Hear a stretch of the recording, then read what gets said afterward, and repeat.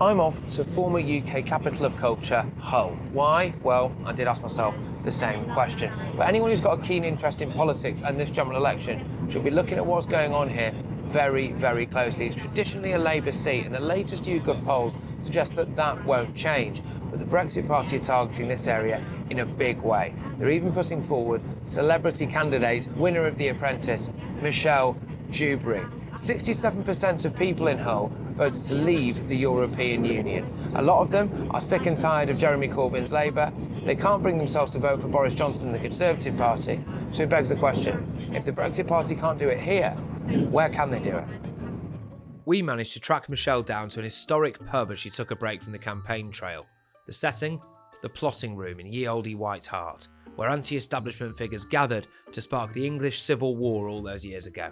Remind you of anything? So it's a pretty good setting, this, the plotting room, isn't it? Yes, incredible. Steeped in history as well. Exactly, considering what the Brexit Party are hoping to achieve at this election as well, it makes a lot of sense. So, some people would say, why don't you stand aside for the Tories in this particular seat? You're just handing it to Labour on a plate, aren't you? I say absolute nonsense.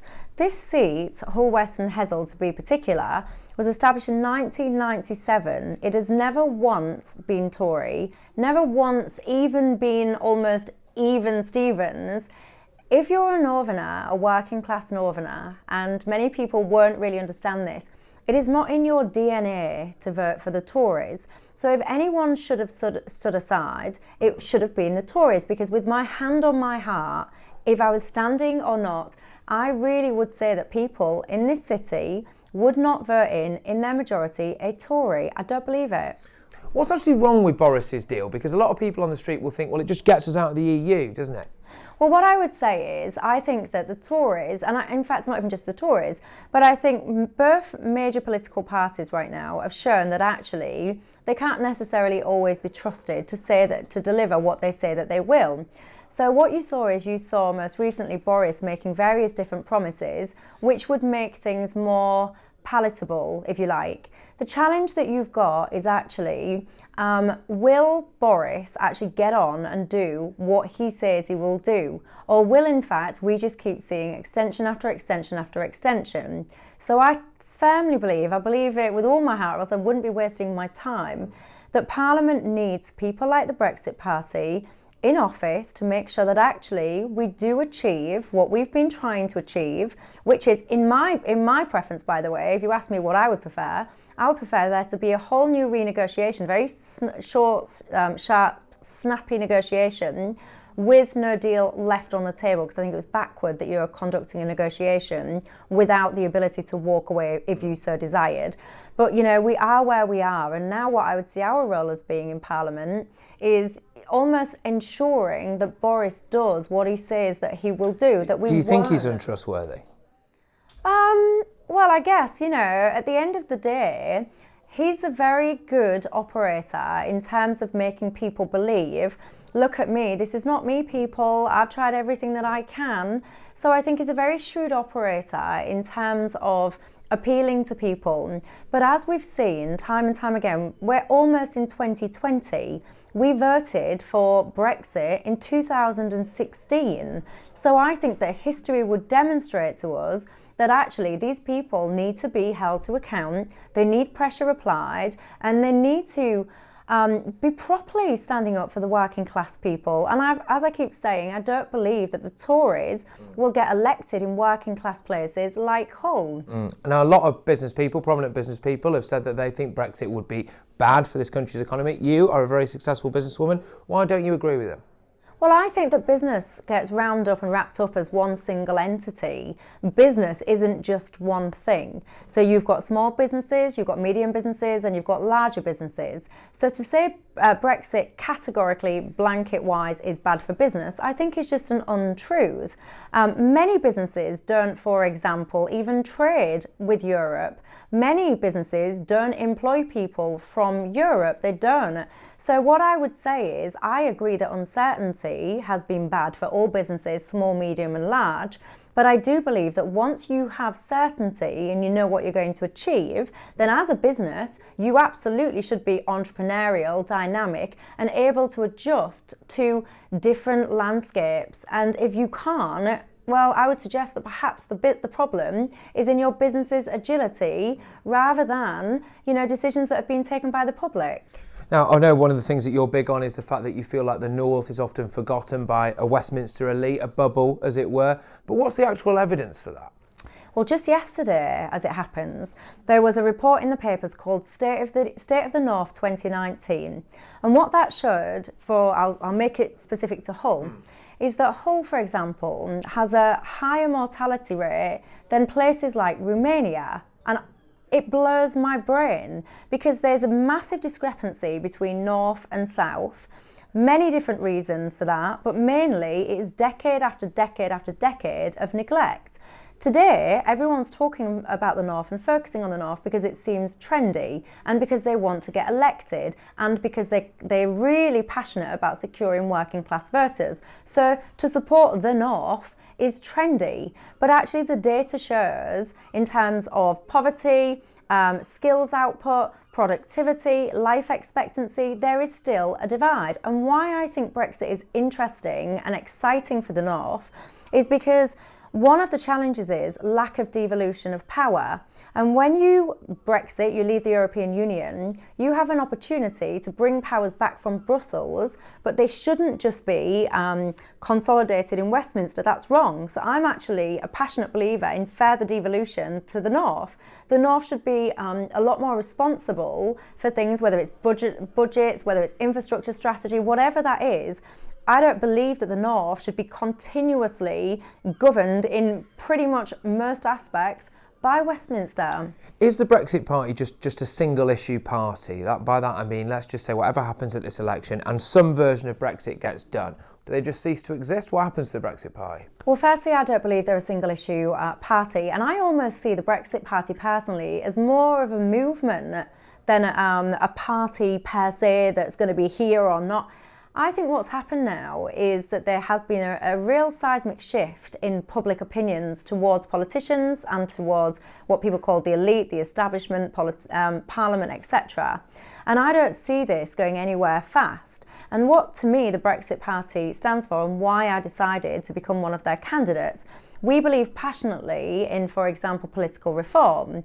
Politics is broken, and that's a sentence that we can tout out very easily. But this 3 years has really shown that. And you have situations like you've got an unelected House of Lords. That to me is wrong. You've got postal vote systems, which can be, shall we say, used dubiously, to say it nicely. Those kind of things need proper reform. We talk about things like foreign aid. The Brexit Party is very passionate about redirecting, or in fact keeping, probably around 50% of the foreign aid that we send overseas. Yes, we need to support developing nations and those in need, but we also have an awful lot of problems in this country that need to be supported and fixed. Now, I know you're very busy, you're going to have to get back on the campaign trail shortly, but I just want to know a little bit more about you, the person, really. You're from a Labour area traditionally, a working class area traditionally. Why didn't you go down the Labour route? I think for me, first and foremost, I didn't really care about politics. I didn't vote till I was 30 years of age, wasn't engaged at all. Then I had really difficult decisions to make, so I was forced to choose. Do I want to pursue a professional career, or do I want to stay put in Hull with my family? And I never felt that was a choice that I should be forced to make. And I've always had a lot of resentment that I had to make a decision. Do I stay in Hull with my family, friends and my home, or do I go and seek professional opportunities?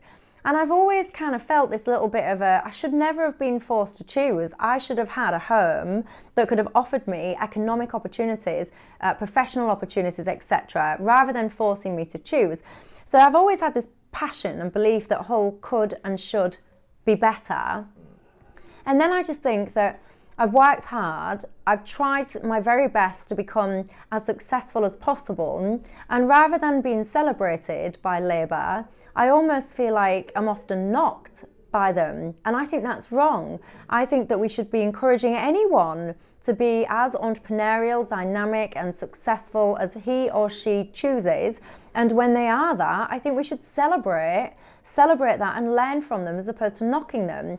So I've never really followed this kind of, I've always felt slightly concerned that Labour has been knocking me rather than providing the framework for me to keep going. And the second thing is, the Labour parties that exist today, I do not believe it is the same Labour Party that we was brought up with.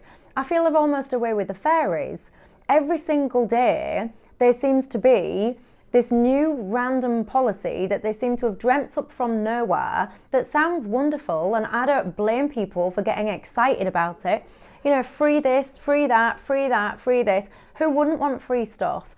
But as we've seen, they've done their manifesto and then they've very quickly realised, oh, there's this group that we kind of forgotten about, WASPy, that sounds good, let's promise them some free stuff as well. And it's absolutely relentless, and people have to understand there is no such thing as a free lunch. So you need to be very, very careful and cautious about what this new economic model will do to the society that we live in, to the businesses that currently exist, to the pensions that people currently hold that are invested within the private sector. I really think people need to proceed with caution. Have you found that being a right-winger in a left-wing area has opened you up to quite a lot of hate? I've had a significant amount of hate for having the audacity to challenge Labour. I ran in 2017, I said never again, because it was a horrible experience, all driven from the left. And then I felt compelled again in 2019 because Brexit hadn't been done. I feel even stronger now about democracy because it just keeps getting ignored, and I think that is fundamentally wrong. But I'm not going to let bullies stop me. You know, in this society, we are able to hold different views, and what seems to be getting forgotten is that Brexiteers are in the majority, not the minority, but Brexit keeps getting vilified and stigmatised. So what's now happening is a lot of people feel uncomfortable admitting that they are a Brexiteer, and people contact me frequently to say to me, I am a Brexiteer, but I don't tell anyone at my work because they're all Remainers. I am a Brexiteer, but in my university, whoo, you wouldn't mention that. And it's wrong. There's a lot of secret Brexiteers out there, that's for sure. Very, very lastly, just going to do a little quick-fire round with you, if that's all right. A little quick-fire You round. clearly didn't see me on the chase. when people do quick-fire things with me, it goes monumentally wrong. But Well, look, we're going to give it a go. Start you nice and easy. Red or brown sauce? red. Red every day of the week. Your favourite alcoholic drink? White wine. White wine, interesting. Your political hero? I don't really have one. I mean, you said you did vote to you were 30, so you could be your own political hero. Yeah, I'll go with that. But yeah, generally, I don't really have one. Fantastic. That's a bit egotistical, isn't it? Not really. I don't really know who mine is. 3 items on a desert island. 3 items on a desert. Pen and paper, but that's got to count as one. I'm not having 2. You like to set your own rules, Yeah, don't you? a bundle of pen and paper, that's 1 item. I would like, God, this is going to take ages. It's not very quick fire. This is it. Some music. Okay, good. Yeah. I do like music. It's very important. And somewhere comfortable to sleep. I need my sleep, I do. Sounds a very sensible choice for me. One meal again for the rest of your life. What would it be? Probably my speciality, beef cobbler. It might not mean anything to you, but it's absolutely delicious. I love it. Okay, fantastic. And was this interview better or worse than one with Andrew Neil? I think that you are potentially the next Andrew Neil. Here we go. That's what we're looking for. With social media clip here, lads. I'm going to meet you one of these days. I'll be like, I remember you.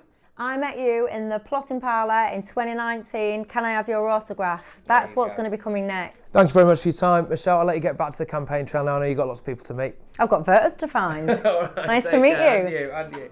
As luck would have it, a certain Nigel Farage was in town as he continues his tour of the North, trying to drum up support for the Brexit Party. But how well has he and his party been received on the doorstep? Good. I've been in Yorkshire for 3 days. I've been in Barnsley, I've been in Doncaster, I'm now in Hull. Areas that the Labour Party have held for 70 years, 100 years, where the Conservatives have never come even close. Areas that voted Brexit, 70% Brexit seats, now represented by Remainer MPs.